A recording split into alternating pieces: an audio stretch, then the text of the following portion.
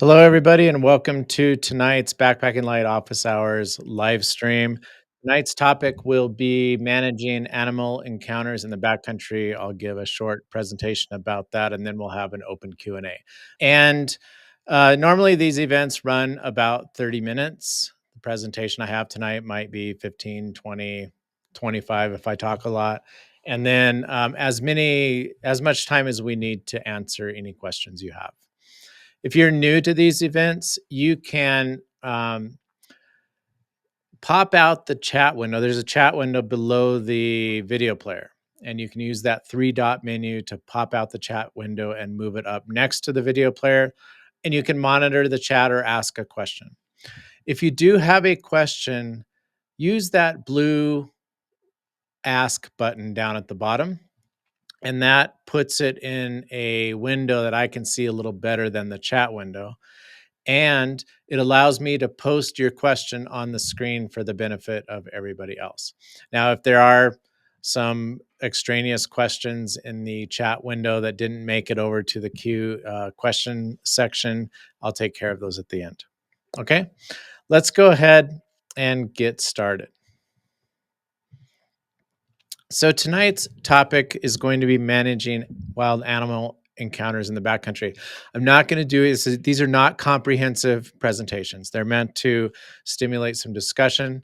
I'll share some anecdotes with my own wildlife encounters in the backcountry and provide you with an overview of some guiding principles you can use to help manage wildlife encounters. And then I'll end with a little bit of perspective just to reel it all back in to let you know that these are at least injurious or fatal wildlife encounters are quite rare. But nonetheless, wildlife encounters are very common. And so we want to make sure that they don't turn into injury or a fatality. And that's my motivation tonight. There's an infinite number of animals you can encounter in the wild. These are some of the ones that I've encountered. I spent many years up in Montana and Wyoming, and grizzly bears were obviously the top of the food chain up there. And that was kind of our number one concern. Black bears are probably the most feared animal by hikers in the United States. Some of that fear is founded, some of it is not, but it mainly is related to the fact that the population of black bears has exploded in the United States in the past several decades. Moose are problematic to say the least. And I think of the animals on the screen right now, I think they're probably the riskiest. I'll talk a little bit about my experience with moose once we get to a dedicated slide about moose encounters. Mountain lions are the other one. Now, when a mountain lion attack happens, it makes the news and it causes a lot of drama. These are very common. Mountain lion encounters are very common in the West Coast states, Washington, Oregon, and California, and increasingly common in the inland rocky states of Colorado, Arizona, and New Mexico. So we're going to talk about mountain lions a little bit as well, especially in light of the fact that here in Colorado, a couple of years ago, a runner that was running about 40 miles from where I live right now and was attacked by a mountain lion, and he had to fend off this attack. And it was a very dramatic news cycle that surrounded that for several months. We have elk and caribou on this slide. These are a couple of other animals that I have encountered in the backcountry. Caribou, and then to the right of the caribou in the middle row is a muskox up in Alaska. And so caribou and muskox are going to be encountered by those of you who hike and live in Alaska. Bison, of course, I used to do so much hiking in the Yellowstone ecosystem, and there were bison everywhere. Something to consider. They're a huge, destructive animal and does not take much to injure a human. And then we have some non-traditional encounters, and I don't want to limit this to wildlife. There are other animal encounters you should be aware of. Grazing animals like cattle and sheep. There are rare instances of feral dogs and cats in the backcountry, but there are also sheepdogs and domestic dogs are the source of a number of wild animal or of animal encounters. In the West, we have wild horses in a number of backcountry areas, and those Mustangs can get pretty edgy certain times of the year. And so they're worth considering as well. And of course, in the lower right hand part of this image, we have stock animals like pack horses and whatnot. I want to talk about universal principles first. So there's two sections here. One is don't have an encounter. That's section 1. Section 2 is if you have an encounter, you need to manage it. So the best way to not have an encounter is to employ the principles of avoidance and distance. And I'll go into a little bit more detail about each of these. The second set of universal principles is that if you have an encounter, you need to do what you can do to disengage and de-escalate if there is contact, or fight back if necessary. And we'll talk about situations where we will be fighting back versus not fighting back based on the context. The primary mechanisms by which you avoid an animal encounter are kind of summarized right here. If you look at case studies of all the wild animal encounters in the backcountry, they are primarily related to solo versus group travel. If you travel in a group, you make noise, and wild animals don't like noise or human interaction generally and tend to flee. That's why if you're hiking with a group, it's more rare to uh, see wildlife than not see wildlife than if you're solo. Hiking at dusk or dawn or nighttime versus daytime typically increases your chance of having a large animal encounter. Hiking in areas that are major migration corridors for large game. Obviously, trails are the path of least resistance, and this is where you're going to see a lot of wild animals. Wild animals aren't dumb. They're going to conserve their energy, and they're going to hike on trails, in river corridors, and valleys. And then hiking with your dog. Hiking with your dog puts you at risk of a wildlife encounter. And I have a slide towards the end that goes through a few principles about hiking with your dog. Distance is really important. It is your first line of defense. And this is why every national park in the nation has guidelines about how far you need to stay away from wild animals. The reason for enforcing that guideline is if you stay far away from wild animals, they will not perceive you as a threat. If you get closer to them, they will perceive you as a threat, and that's when their behavior becomes unpredictable. Generally, and you'll see these guidelines vary among various land management agencies and experts and whatnot. When we coach our participants in our wilderness trekking programs, we try to keep it very easy. So, Rocky Mountain National Park, which is close to where I live and hike, has a guideline for moose, black bear, and mountain lion of, I think it's 36 yards. And it's in metric, it's obviously some more even number. And then 25 yards for elk and bighorn sheep and whatnot. So trying to delineate between 25 and 36 yards, nobody's got the decision making prowess to figure that out on the fly when you're in the field.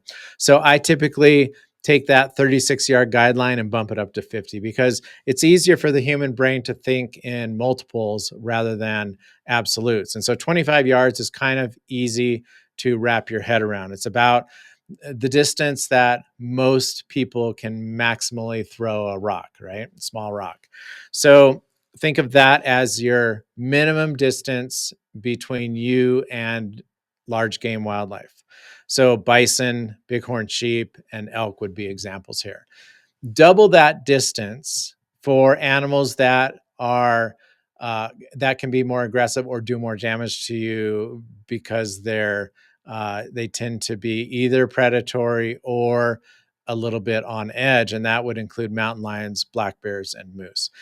And then for Yellowstone and the national parks in the northern continental divide ecosystem, where there are wolves and grizzly bears, the guideline is almost universally 100 yards.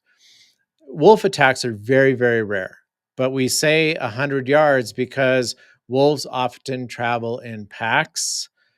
People often have pets by the road, and those two things do not mix well at all. Grizzly bears, really, they're the animal that gets the edgiest when you approach them closely. Now, I know some of you have probably driven through Yellowstone National Park and got out of the park and taken pictures of a grizzly bear 20 yards off the side of the road. I understand that. The grizzly bear doesn't do anything, might be very habituated to humans. In the backcountry, it can be a little bit different. So a bear that's in the wild, that's not hanging out by a road corridor, tends to be a little more aware and sensitive to their environment. So something to keep in mind. So we typically tell people wolves and grizzly bears keep 100 yards away. The second aspect of a wildlife encounter is if a confrontation occurs, you should disengage. And the principle here is to have a calm demeanor to let the animal know that you are not their predator.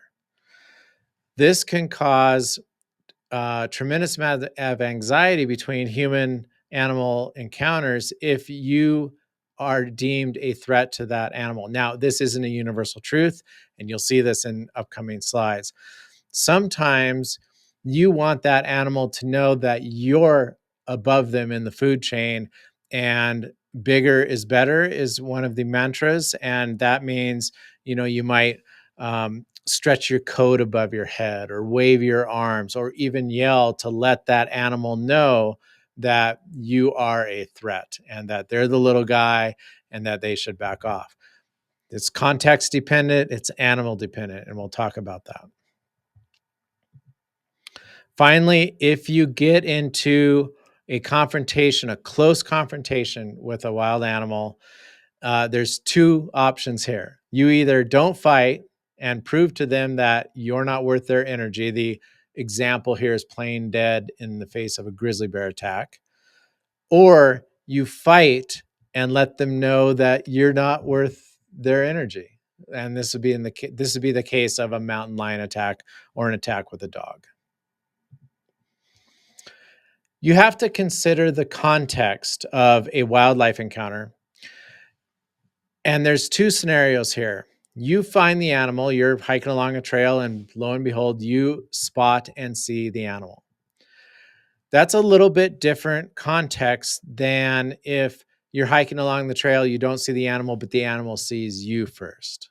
Okay, that's a very different context. Or if you're sitting around in camp and an animal wanders into camp and you don't see it and it happens to see you. Okay, so consider these two contexts. They may change how you behave in the situation. Three primary types of encounters with wildlife in the backcountry: the surprise encounter, where you happen upon an animal, the animal notices you first, usually it's you first, and has a surprise reaction, an instinctive mechanism that says, oh man, there's a threat there. I got to do something about it. Okay. This is the classic grizzly bear encounter on the trail. The second one is a defensive reaction. So here's a case where the animal sees you, you see the animal, and the animal sees you as a threat to its territory or its babies or something like that. And it instinctively gets aggressive as a defense mechanism. And then finally, there are predatory encounters. And these are encounters where the animal is the predator and you are the prey, and the animal is looking to disengage you from its territory or prey on you as food. Very, very rare, but also possible. And you can look to case studies, especially up in Alaska and the Yukon territories, as examples of grizzly bear predation. We've had a few down here in the States, in Montana and Wyoming as well. And then there's seasonality context. So, for example, elk in the rutting season in October are going to behave, the bull elk are going to behave very differently than they are going to behave in January or June. Likewise, you have hyperphagia, which is the period of time in the late fall when both types of bears feed voraciously to fatten up for the winter. This doesn't necessarily change their demeanor, but it changes the frequency at which you see them because they spend so much of their daylight hours eating. You're far more likely to see a bear during a hyperphagia phase than you are the rest of the year. And so that's going to increase the probability of an encounter. Let's talk through some specific animals now. Grizzly bear is going to be first because it is the one that is the most difficult to manage. Grizzly bears are very aggressive, they are unpredictable, and although we have guidelines for how to deal with them, there are exceptions to all of these guidelines. And we're starting to see exceptions in the black bear scene as well, because black bears are becoming more habituated to humans. And as they do that, they become a little bit more unpredictable. The best strategies for avoiding grizzly bears are make noise and travel in groups. Bears usually don't want to encounter you. And so if they hear you coming, they're usually going to take off. They don't want to have that interaction. So the risk with grizzly bears are going to be surprise attacks and defensive attacks when they have cubs or they're protecting a carcass. The third thing is avoid travel at dusk and dawn. These are the periods of time where grizzly bears are the most active, on the move, and feeding. Hyperphagia, I've already talked about. And yeah, carcasses and sow and cubs are two high risk situations. A grizzly bear will defend a carcass, and a sow will defend her cubs. So if you combine that defensiveness then with an element of surprise and you happened upon a grizzly bear that's either defending a carcass or a sow with cubs, that's a problem. I was in Alaska 15, 16, 17 years ago and hiking in the Western Brooks Range. And I was with a group of 3, thank goodness. I think that was our saving grace. And we came within about 20 yards of a moose carcass. We saw the moose carcass and it was like, oh, there's a dead moose. And then we also it's all this happens in a split second. And we also see that there's dirt piled on the moose carcass, which is a sign that a bear is buried it and protecting it.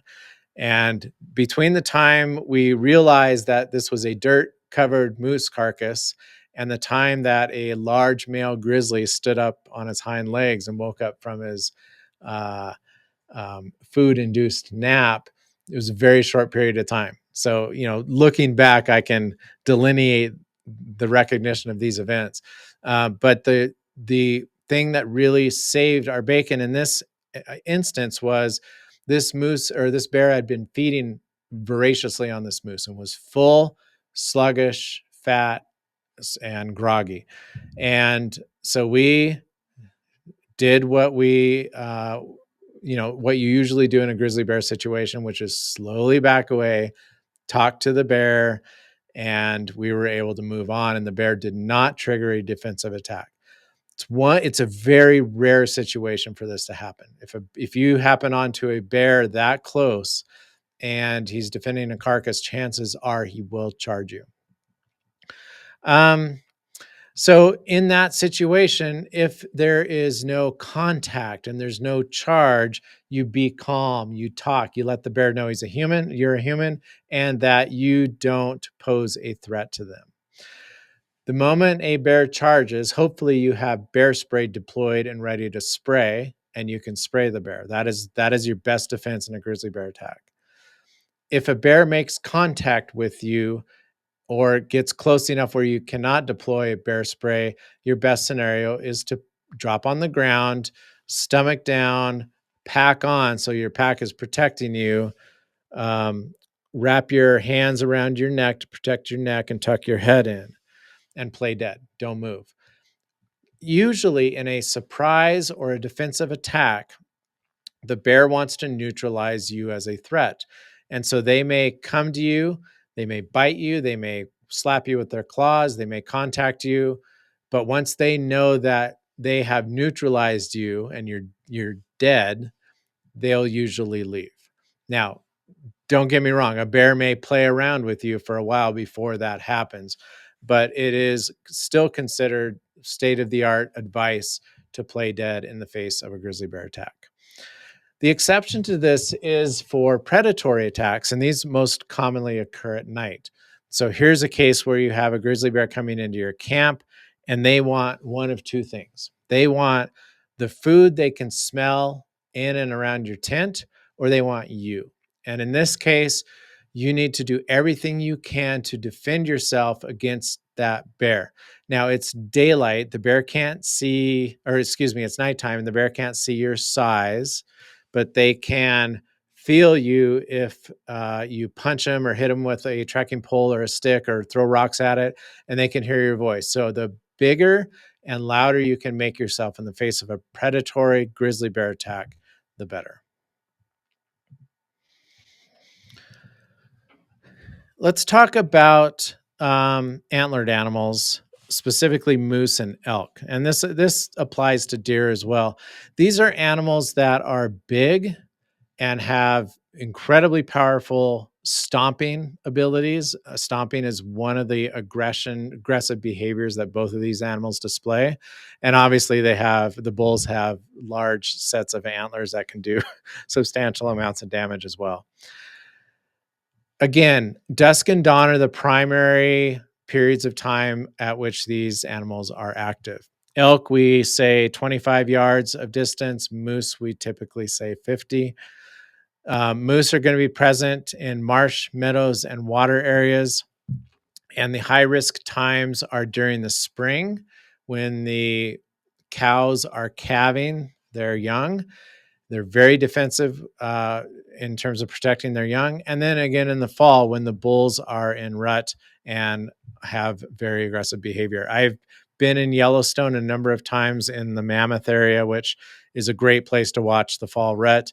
But it's also a great place that if you have an RV, um, some reason elk love to gore the paneling or the siding off RVs. And so we've seen a number of motorhomes and campers and whatnot through the years have damage done by elk antlers.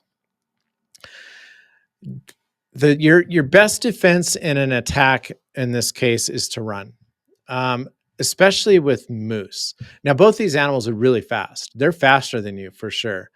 Moose in particular, though, have terrible vision, and they're not super um they're not, how do you say, they don't chase people. So if you can run away from a moose, chances are you will run 30 or 40 yards before you start to get tired, and the moose is going to go about 5 and be done with you. They're not going to expend a lot of energy if you immediately put distance between you and the moose. If you're not able to do that and you're in a treed area, the best defense is to put a tree between you and the moose and kind of hang out behind the tree. And the moose is not going to be, I mean, these are big, unwieldy animals, and they're not super adept at agility. And so a tree provides a good defense mechanism for you. If you come in contact with one of these animals, there is a risk that they will stomp you or attack you with their antlers. And that can do an enormous amount of damage. Do whatever you can to get up off the ground and keep running. You don't want to be there having your organs stomped by an animal of this size. I kind of lump mountain lions, wolves, and black bears all into the same category because we treat them similarly in how we manage encounters with them. Again, like with most of these game animals, avoid dusk, dawn, and night travel. Wolves and mountain lions are very active at night. And black bears, as you know, if you live in and or hike in Yosemite National Park, night is when bad things happen after the sun goes down, right? So this is where all the problem bears. This is where they get into trouble the most. With lions specifically, they're going to have their den in cliffs and rock outcroppings. So it's not to avoid those areas, but just be aware and be more alert of lions in the vicinity of areas like this. So in terms of distance, we say 50 yards for lion and black bear and 100 yards for wolves and wolf packs. Our method of disengagement, if we have a confrontation, is not to run, because that elicits a predatory instinct, especially in lions and wolves. They are animals that are looking for running prey, and they love to chase. So don't do that. The second thing is to make yourself big and yell. So in contrast with the grizzly bear, where you want to remain calm in the disengagement phase, with a black bear, you want to let them know that you're at the top of the food chain. The grizzly bear already knows he's at the top of the food chain. So make yourself big and yell, and this goes for wolves and mountain lions as well. Likewise, where you play dead with a grizzly bear, you fight back and you try to club or punch or attack the eyes and face of this animal, because that's the fastest way to let them know that you are a threat to them, especially in the face of lion attacks. They are often predatory, rare, but they are often predatory. Okay, if we look at some unconventional encounters, and obviously not wildlife in all these cases, we look at grazing animals like cattle and sheep. We have wild horses in Wyoming and a little bit in Montana, and they can get pretty edgy. And then I've got a sheepdog in there as well, because I think sheepdogs pose a unique threat that has to be considered as well. So grazing and horses are going to be on open range. So they're very easy to see. It's not something you're generally going to be surprised at on the trail. 25 yards, these are not dangerous animals, inherently dangerous animals. So we try to keep our distance. 2 summers ago, I was in the flat top wilderness in Colorado, and we happened upon a sheep herd of about 500 head. And they were being taken care of by 4 sheepdogs. And one sheepdog in particular was the leader. It was a very old animal, and she was incredibly gentle and sweet. And the other 3 were young males that were much more aggressive. And so what happened was, and we were hiking with kids, and so we were a little bit nervous, but we came within about 100 yards of the herd. The dogs saw us, and the 3 males started barking like crazy and started trotting towards us. And so this made me a little bit nervous. But then the female, who was the alpha of the sheepdog pack, came, and she came running in front of them. And so I left the kids and their dad, and I walked towards the alpha female, and I distanced myself about 50 yards from the rest of my party and sat on the ground. And I just made myself known that I was not going to be a threat. The alpha female came up, licked my face, was very sweet, a very personable sheepdog. And the 3 males followed her lead and stayed away from us. And so they kept barking, but they knew, because the alpha female had contacted me, that I was not a threat, and we were able to not have a run-in with them. But sheepdogs can be quite unpredictable, so something to consider. These rules on this slide also apply to domestic dogs. Sometimes you'll run into a domestic dog with no owner in sight or a dog off leash, and you might have to engage in this way as well. So disengagement strategies are no drastic movements, be slow, calm, and quiet. And then if there's contact with cows and horses, it's like moose and elk, run, because you don't want to get stomped by these guys. and they're not going to have a predatory response and wanting to chase you. With dogs, it's the opposite. They tend to have a predatory chase response in them, and you will need to fight them off. I want to wrap up by talking about hiking with your dog. I love hiking with my dog. It is one of the great rewards of spending time in the backcountry. But I have a couple of rules. My number one rule is don't hike with your dog in grizzly bear habitat. And I know outfitters take their dogs with their pack animals. I understand that. They rarely have encounters with their dogs and grizzly bears, but they're with pack animals. And so a grizzly bear sees a pack train, and that's a that's a no-win situation for them anyways. And so they're a little bit safer in the context of a larger pack train with a bunch of animals and people. When you're by yourself, a dog invites an animal encounter, and you need to be aware of that. And it's not limited to grizzly bears. I was hiking in the Sherman Range in southeast Wyoming a few years ago with my dog and my wife, and I had the dog on leash, and we ran into a moose. It was a young male juvenile moose, and we were about 20 yards away when we saw it. And then we kind of stopped and backed up a little bit to look at it. And then the moose got edgy, and he got edgy because of the dog, the presence of the dog, and the moose charged me.